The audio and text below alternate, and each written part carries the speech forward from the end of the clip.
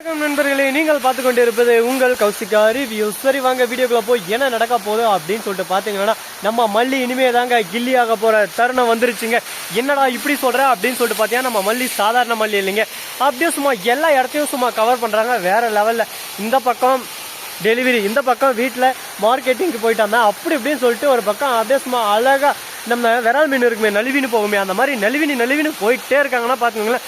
இந்த அளவுக்கு ஒரு பக்கம் எப்படா மல்லிக்குள்ள திறமை அப்படின்னு சொல்லிட்டு பார்த்தீங்கன்னா, எல்லாத்துக்கும் ஒரே ஒரு காரணம் தாங்க, கரெக்டாக விடாமுயற்சி. தான் கணவன் வேலைக்கு போகிறாரு, அவர் வேலைக்கு போய் கஷ்டப்படுறாரு அப்படின்னு சொல்லிட்டு அவருக்காக நாம் உறுதுணையாக இருக்கணும். எப்போவுமே நம்ம யாருக்கும் தொந்தரவாக இருக்கக்கூடாது, உறுதுணையாக கண்டிப்பாக இருக்கணும். அதுக்கான முன்னேற்றம் பார்த்தீங்கன்னா நாம் இருக்கணும். அப்போ தான் வாழ்க்கையில் கொஞ்சம் கொஞ்சமாக நம்ம க்ரோத் பண்ண முடியும். அதை விட்டுட்டு இல்லை அவன் வேலைக்கு போனானே போடலண்ணே நாம் வீட்டில் உட்காந்து கால் மேலே கால் போட்டுன்னு ஒரு பக்கம் நம்ம ராஜாங்கமாக காசு வருதா அதை வச்சு எப்படி என்ஜாய் பண்ணலாம், எப்படி அதை வச்சு மஜா பண்ணலாம் அப்படின்னு சொல்லிட்டு தான் நாம யோசிக்கணும்.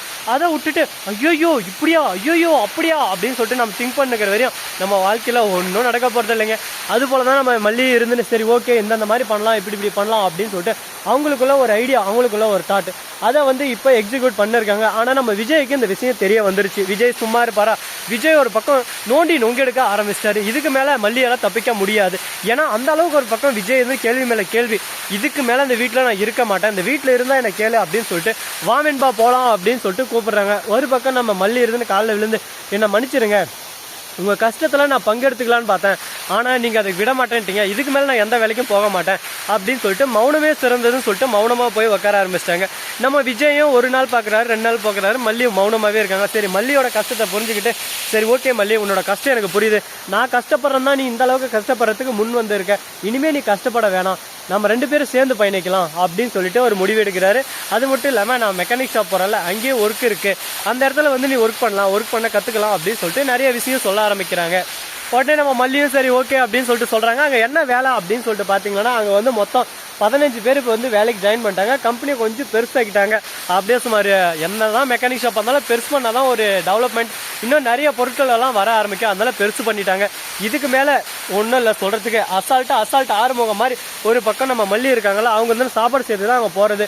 அவங்களுக்கு மாதம் 10,000 சம்பளம், சாப்பாடை நீ கரெக்டாக மதியத்துக்கு மட்டும் செஞ்சு வச்சா போதுமா அப்படின்னு சொல்லிட்டு சொல்லிடுறாங்க. கரெக்டாக மார்னிங் ஒரு 9 o'clock போகிறாங்க, சாப்பாடெல்லாம் செஞ்சு வச்சுட்டு அருமையாக அந்த இடத்த கொஞ்சம் க்ளீன் பண்ணிட்டு அங்கேருந்து கிளம்பிடுறாங்க. வீட்டுக்கு வந்துடுறாங்க. டெய்லி இதே போல தான் ரொட்டீன் ஆகிடுங்க. லீவு சண்டே ஆனால் லீவு, 2 பேருக்கும் ஒரே நாளில் தான் லீவு, அதனால எந்த ஒரு பிரச்சனையும் இல்லை, இனிமேல் எந்த ஒரு கஷ்டமும் இல்லை அப்படின்ற மாதிரி தான் யோசிக்க தோணுது. ஏன்னா 2 பேரும் ஒரே தவளை இருக்காங்க. விஜய்க்கும் பயம் இருக்காது, ஐயோ மல்லி எப்படி இருப்பா, மல்லி சாப்பிட்டாலே இல்லையா, மல்லி இப்படி இருப்பா. மல்லிக்கு ஒரு பக்கம் ஐயோ விஜய் என்ன பண்ணுறாரு ஏது பண்ணுறாரு, விஜய் சாப்பிட்டாரா இல்லையான்னு சொல்லிட்டு தெரியல, அவன் போய் கஷ்டப்பட்டு இருக்காரு வீட்டுக்காக அப்படின்னு சொல்லிட்டு மல்லிக்கும் கஷ்டமாக இருக்கும். 2 பேரும் கஷ்டப்பட வேணாம், 2 பேருக்கும் இஷ்டப்படுற மாதிரி நிறைய விஷயம் நடந்துன்னு இருக்கு. எல்லாத்தையும் நாம தான் 1 by 1 பார்க்கறதுங்க. சரி இந்த மாதிரி எல்லாம் ஒரு பக்கம் போயின்னு இருக்க, மறுபக்கம் என்ன நடக்குதுன்னு சொல்லிட்டு பார்த்தீங்கன்னா, நம்ம அரவிந்த் இருக்கார்ல, அவர் விஜய்க்கு ஃபோன் பண்ணுறாரு. இந்த மாதிரி தான் விஜய் ஒரு கம்பெனியில் வேகன்சி கிடைச்சிருக்கு, இனிமேல் நம்ம எதுவும் கவலைப்பட தேவையில்ல, வேகன்சி கண்டிப்பாக உங்களுக்கு கிடைச்சிருன்னு சொல்லிட்டாங்க. மந்த்லி 60K சேலரி அப்படின்னு சொல்லிட்டு சொல்லியிருக்காங்க. இதை கேட்டது விஜய் என்ன ஒர்க்குன்னு சொல்லிட்டு எல்லாத்தையும் கேட்குறாங்க. நார்மலாக நீங்கள் போயின்னு இருந்தீங்களா ஒர்க்கு, அதை சம்மந்தப்பட்டது தான், எந்த ஒரு பிரச்சனையும் இல்லை, இதுக்கு மேலே நம்ம வாழ்க்கை மாறுறோம். அது மட்டும் இல்லாமல் அவங்களே கெஸ்ட் ஹவுஸ் எல்லாம் தந்துடுவாங்களாம். அது மட்டும் இல்லாமல் உங்கள் பிக்கப்புக்கு அவங்களே கார் அனுப்பிச்சு விட்டுருவாங்க, கேபு அப்படின்னு சொல்லிட்டு சொல்கிறாங்க. இதை கேட்டது விஜய்க்கு ஒரே சந்தோஷமாக இருக்குது. எப்படியோ ஒன்றுடா எப்பா சந்தோஷமாக இருக்குது இனிமே அப்படின்னு சொல்லிட்டு மல்லிகிட்ட அந்த விஷயத்த சொல்கிறாரு. அவங்க வேலை செய்கிற இடத்துல இதை சொல்கிறாரு.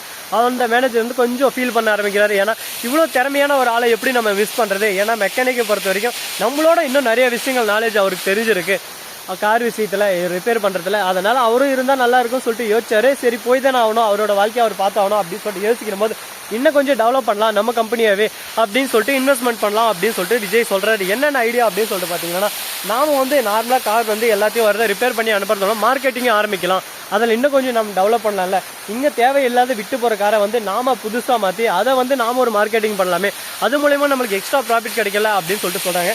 நான் இத்தனை நாள் காயலாங்கடைக்கு போகிறது தான் யூஸ் ஆகும்னு சொல்லிட்டு காயலாங்கடைக்கு தான் அனுப்பிச்சிருந்தேன் விஜய். நீங்கள் சொன்ன பின்னாடி தான் இந்த ஐடியாவே எனக்கு யோசிக்க தோணுது. சரி ஓகே பண்ணிடலாம் அப்படின்னு சொல்லிட்டு பண்ணுறாங்க. ஃபஸ்ட்டு ஒரு காரை ரொம்பவே கண்டிஷன் ரொம்பவே கேவலமாக இருக்குது, அந்த கண்டிஷன் அல்ட்ராவாக மாற்றிடுறாங்க. அதுக்கான எல்லாமே ஒரு பக்கம் ப்ராஃபிட்டு, அது மட்டும் இல்லாமல் இன்சூரன்ஸு எல்லாமே ஒரு பக்கம், புக்கு எல்லாமே வேறு லெவலில் ஒரு பக்கம் போயிட்டு எல்லாம் வாங்கி வச்சிடறாங்க. அந்த காரோட ரேட்டு என்னன்னு சொல்லிட்டு பார்த்தீங்கன்னா, கரெக்டாக காருக்கு மேலே ரெடி பண்ணதுக்கு மேலே 2 லட்சம் எக்ஸ்ட்ரா வச்சு தான் விற்கிறாங்க. கார் கரெக்டாக பார்த்த உடனே கஸ்டமருக்கு ரொம்பவே பிடிச்சிருது. இந்த மாதிரி செகண்ட் எல்லாம் கார் கிடைக்குன்னு சொல்லிட்டு நாங்கள் எக்ஸ்பெக்ட் பண்ணல. ஏன்னா அந்த அளவுக்கு நாங்கள் சொல்ல முடியாத வார்த்தைகள் இந்த இடத்துல நாங்கள் கொட்டி தீர்க்கலாம், அந்த மாதிரி ஒரு பக்கம் இருக்குது காரோட வரணும், அது மட்டும் இல்லாமல் டிசைன் லுக்கு எல்லாமே வேறு மாதிரி இருக்குது அப்படின்னு சொல்லிட்டு சொல்கிறாங்க. இதை கேட்டதும் சரி ஓகே இந்த காரை நாங்களே வாங்கிறோம்னு சொல்லிட்டு காரையே வாங்கிறாங்க. இதுக்கு மேலே பிரச்சனை இல்லை, நம்ம விஜய் இந்த மாதிரியே ஆரம்பிக்கலாம். அந்த கார் ப்ராஃபிட்டில் எல்லாருக்கும் பங்கு உண்டு. முக்கியமாக விஜய் உங்களுக்கு தான், உங்களுக்கு வந்து 50,000 இந்த ஒரு கார் மேலேயே நான் உங்களுக்கு தந்துடுவேன், ஏன்னா முழு உழைப்பும் உங்களுக்கு தான் அப்படின்னு சொல்லிட்டு சொல்கிறாங்க. மற்ற லேபர்ஸ் எல்லாமே 10,000 தந்துடுறாரு. அவருக்கு ஓனருக்கு வந்து 1 லட்சம் லாபம். ஓகே அதே போதும், ஏன்னா அளவுக்கு அதிகமாக ஆசைப்பட்டால் நமக்கு வர்றதும் வராமல் போயிடும். இங்கே நமக்காக கஷ்டப்படுறவங்களுக்கு கொடுத்து வாழ்ந்தால் தான் நம்ம நல்லா வாழ முடியும் அப்படின்னு சொல்லிட்டு அவரோட மைண்ட் செட்டும் ஒரு பக்கம் இருக்குது. அப்படியே ஒரு பக்கம் கம்பெனியெல்லாம் க்ரோத் பண்ணலாம்னு சொல்லிட்டு ஐடியாவில் ஒரு முடிவில் இருக்காங்க. அப்படியே க்ரோத் பண்ணுவாங்களா பண்ண மாட்டாங்களான்னு சொல்லிட்டு ஒவ்வொரு வீடியோவும் நம்ம சேனலில் பார்த்துக்கிட்டே இருக்கலாம். இந்த இடம் எங்கே இருக்குது அப்படின்னு சொல்லிட்டு நீங்கள் தெரிஞ்சுக்கணும்னு நினைக்கிறீங்களா? மறக்காமல் கமெண்ட் செக்ஷனில் இந்த பிளேஸ்க்கு போகணுன்னு சொல்லிட்டு நீங்கள் கமெண்ட் பண்ணுங்கள். எந்த பிளேஸ் எங்கே இருக்குன்னு சொல்லிட்டு லொக்கேஷனை நான் உங்களுக்கு கமெண்ட் பண்ணி விட்றேன்.